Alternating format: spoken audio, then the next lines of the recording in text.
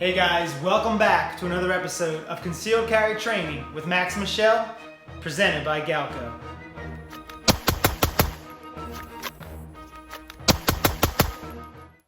Now in previous episodes, we talked quite a bit in great detail drawing from the holster from concealment.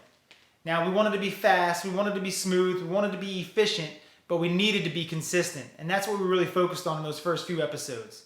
In fact, a couple of episodes ago, we worked on how do we be fast, smooth, and efficient and remain consistent, and we did it at the range while we put it to the test with a 3-second par time, drawn from the holster, firing 3 rounds on target at 3 yards in distance, but we had to do it 3 times in a row to be successful. And some of us made it and maybe some of us didn't make it. So in the last episode, we really focused on establishing a clean draw stroke out of concealment and making sure we had a good grip on the pistol at the same time. Right? We talked about a 3-step process if you remember.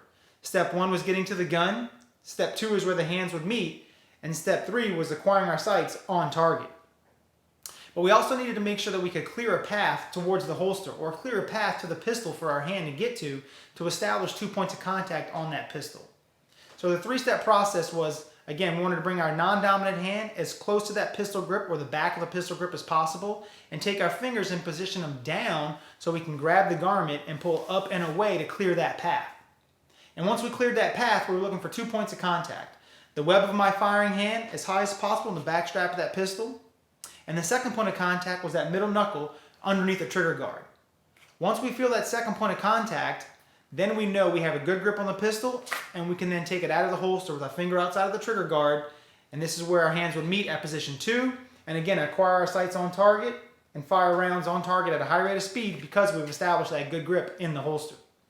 Now, that 3-step process works great when it doesn't, right? And that's what today's episode is all about. How do we clear some sort of a snag, pull, or obstruction, depending on if it's below the slide or above the slide, and that's what we're going to be getting into. So we're going to break this down into 2 separate categories. Some sort of an obstruction below the slide or above the slide. Let's talk about below the slide first. Now I've just cleared my holster and I'm trying to work my way out toward the target, but I feel some sort of a pull or snag on the pistol, right? So I quickly look down and I try to identify that and how can I combat that. But first let's talk about what may have caused this. What's probably caused it is I've released my garment a little early trying to get my support hand onto the gun, right? So I had great intentions on getting that grip, but by releasing that garment early, what's happened is it's allowed that clothing to fall onto the top of the pistol. So as my strong hand is trying to grip the grip module, on the way out, I have a whole grip full of shirt as well. So in this situation, I can look down and realize I have a blockage, I have some sort of a stoppage or obstruction. It's below the slide, so friction is my friend. So I want to push as hard as I can out toward that target, and it will eventually release that clothing. So anything below the slide, friction is our friend. However, anything above the slide, we don't want to have that friction. So let's say I'm drawing the pistol out of the holster, and this time, my clothing kind of wraps or falls onto the top of the actual optic or the rear sight, whatever it might be. Something on top of the slide, but not quite the muzzle yet. Just something on top of the slide here. And on the way out, I have all that friction and it's not allowing the pistol to release. So if I'm looking down and I see this friction, it's obviously above the slide. I can't see my optic, I can't see my rear sight, and friction's not happening. What I want to do is I want to pull back down to release that tension, sweep away from the clothing, get that support hand grip, and drive out toward the target. But now let's say we have the ultimate blockage or the ultimate stoppage, right? So now our clothing or our garment is all the way over the top of the pistol and I'm trying to push out and my muzzle is actually buried into my clothing.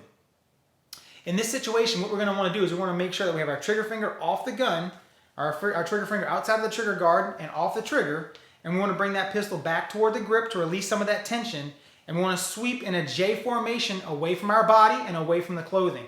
We're going to go away from our body, away from the clothing, then establish that support hand grip and drive out downrange. So there's 3 things that we're looking at here, but really 2 categories, right? Below the slide and above the slide. So anything below the slide, friction is our friend. Anything above our slide, friction is not our friend. We want to bring the pistol grip back toward the holster itself to release that tension. If it's not being blocked by the muzzle, we can just sweep away from our body and drive out. However, if our muzzle is completely blocked, we want to bring it back toward that pistol grip, use that J formation to sweep away, get away from that clothing, then establish that 2-handed grip and drive out toward the target. Lastly, be sure to dry fire these techniques. Now that might sound silly, right? Dry firing bad techniques, but that's not what we're doing here. I still want you guys focused on being fast, clean, efficient, and consistent on the draw stroke, but also work on these techniques if you were to have a problem. We all hope to have that fast first shot when we need it most, but what if we don't? What if we don't get a good clean draw stroke? How do we fix that? How do we combat that? We now know if it's below the slide, friction is our friend, and if it's above the slide, we have to release that friction before we can get back out to the target. So be sure to work on these techniques in dry fire in front of a mirror so you can get the feedback that you're looking for. I truly hope this video helped you guys. Thank you so much for watching. If you want to find out more information about our holsters, belts, and all of our gear, be sure to visit galcoholsters.com and use code MAX15 for 15% off. Until next time, stay safe.